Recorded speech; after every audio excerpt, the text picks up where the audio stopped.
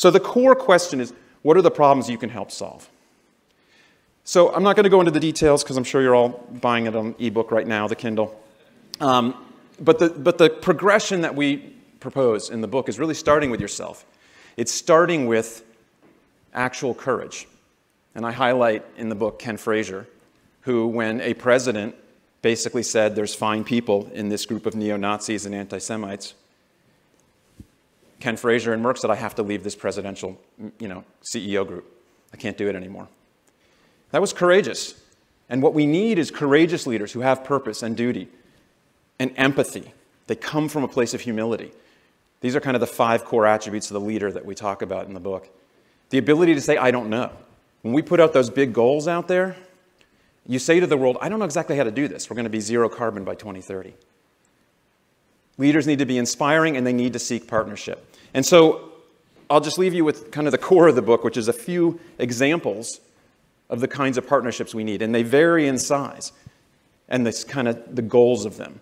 There's kind of tactical partnerships where companies come together in their sector and find efficiencies together. They're kind of optimizing the current system. Or they experiment with new models like the loop system.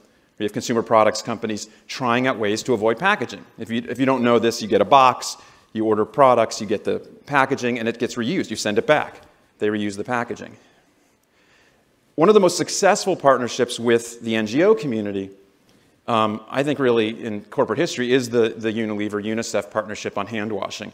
And this will sound just like philanthropy, but I want to tell you the part of the story that I wasn't as familiar with going into this, even though I've looked at Unilever for many years.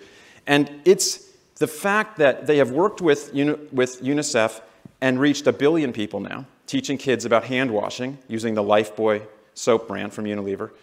And they have helped 1 billion people learn about this and have saved millions of lives.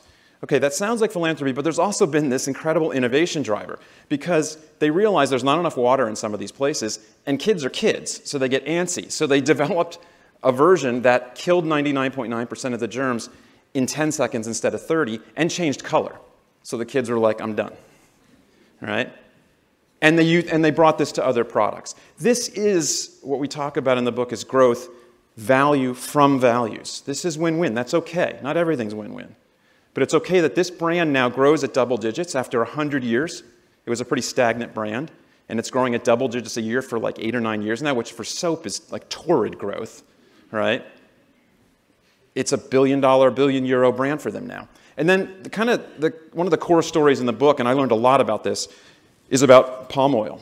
And palm oil is really the connection in the middle of every issue we have. It is one of the major sources, the deforestation that puts carbon in the atmosphere. There's deep connections to poverty issues and inequality. And this has been big companies, all the big buyers in the room have been trying to get to sustainable palm oil for 12, 13 years. And they buy sustainable palm oil, but it's mostly a failure in terms of how much deforestation there is. And they admit this. It hasn't worked. But in the last few years, there's been some successes. And we're finally seeing reductions in deforestation rates because the whole system was finally at the table. It wasn't just the big buyers, which even as big as they are, Unilever is the largest buyer of palm oil in the world, but only buys 3%.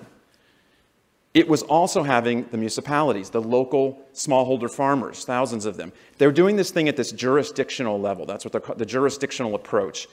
World Economic Forum's involved, but they also brought in finance. There was a fund started from the Norwegian Sovereign Fund and Unilever and others so that you could finance farmers to move to species and practices that were twice as productive so they didn't have to cut down more land. They needed the financing to do this. Same thing happens in the kind of transition to organic. You have to have everyone at the table. This is hard. This is really hard work. What I learned was this is difficult, but we're finally finding the ways to do this. And this is how you get to healthy forests that protect animals and protect the people in them so they have good business as well. So I ask everyone to think about this, that you can't thrive. Business cannot thrive unless people and planet thrive. So I ask you to think about how will you and your business be net positive.